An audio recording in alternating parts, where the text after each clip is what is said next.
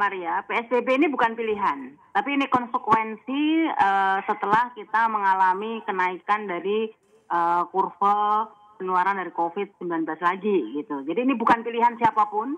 Saya yakin pemerintah juga nggak memilih, masyarakat apalagi gitu kan, dunia usaha terlebih lagi gitu kan. Jadi ini memang bukan pilihan, tetapi kita mau nggak mau kalau kondisi kita terus mengalami peningkatan gini ya harus PSBB lagi gitu kan. Nah, ini mestinya sebelum ke dampak, ini harus menjadi introspeksi yang benar-benar menyeluruh gitu loh.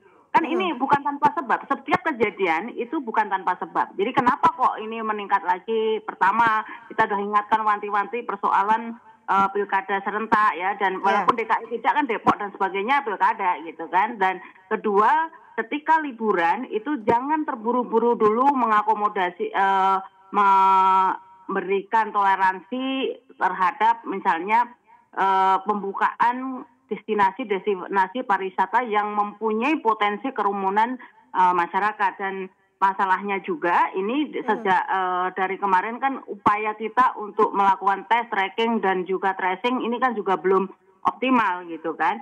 Nah sehingga itu semua kan harus menjadi satu koordinasi yang benar-benar satu panglima gitu loh. Jangan jalan sendiri, ada panglima ekonomi, panglima kesehatan, jadinya ambyar lagi sekarang gitu.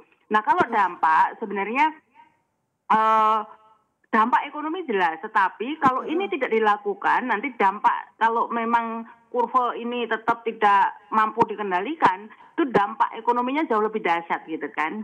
Nah sehingga memang mudah-mudahan ini PSBB yang terakhir gitu. Benar-benar mekanismenya akan seperti apa sih Bu Eni kalau ke depan? Karena kan ini selalu setiap kali ada libur panjang, kemudian kerumunan atau aksi tertentu, kemudian ya konsekuensi PSBB ketat, kemudian diambil lagi rem darurat, kemudian ditarik lagi.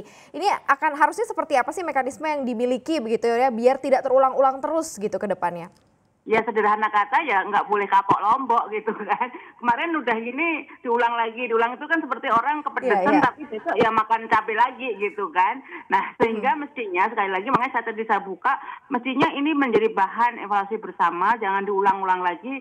Trigger sekecil apapun potensi untuk peningkatan kurva penyebaran COVID itu harus benar-benar dikendalikan sebelum kita mampu melandaikan kurva penularan COVID. Kemarin kan ada euforia persoalan kita sudah memesan vaksin dan pemerintah sudah memutuskan mau menggratiskan vaksin. Jadi seolah-olah gitu kan masyarakat sudah ini mulai merasa bebas lagi gitu kan. Nah padahal vaksin itu kan untuk pencegahan bukan untuk mengobati yang sudah terkena sudah terpositif gitu. Oke, kalau dilihat ini akan cukup mengganggu atau menekan kondisi daya beli lagi nggak sih Bu Eni begitu ya? Karena kalau kita lihat kan inflasi kita kemarin juga menurut sejarah catatannya terendah begitu ya. Ini akan seperti apa nih dampaknya, impactnya juga ke daya beli? Iya, udah pasti. Kalau daya beli udah pasti setiap terjadi kendala aktivitas ekonomi masyarakat, otomatis akan menyebabkan penurunan pendapatan masyarakat, terutama yang directly tentu yang berada di sektor informal. Jadi dengan adanya berbagai macam pengetatan, terus pengurangan work from office-nya menjadi hanya sekitar 25%, otomatis kan mobilitas dan juga ini kan aktivitas ekonomi di luar rumah kan juga berkurang sangat drastis.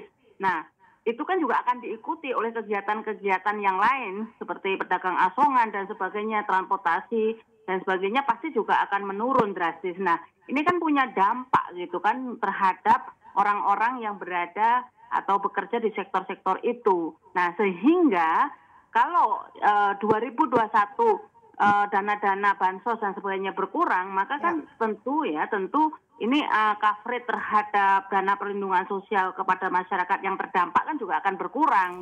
Jangan lupa untuk install aplikasi CNBC Indonesia yang tersedia di App Store dan Play Store. Dan ikuti terus perkembangan ekonomi bisnis terkini hanya di CNBC Indonesia Beyond Business.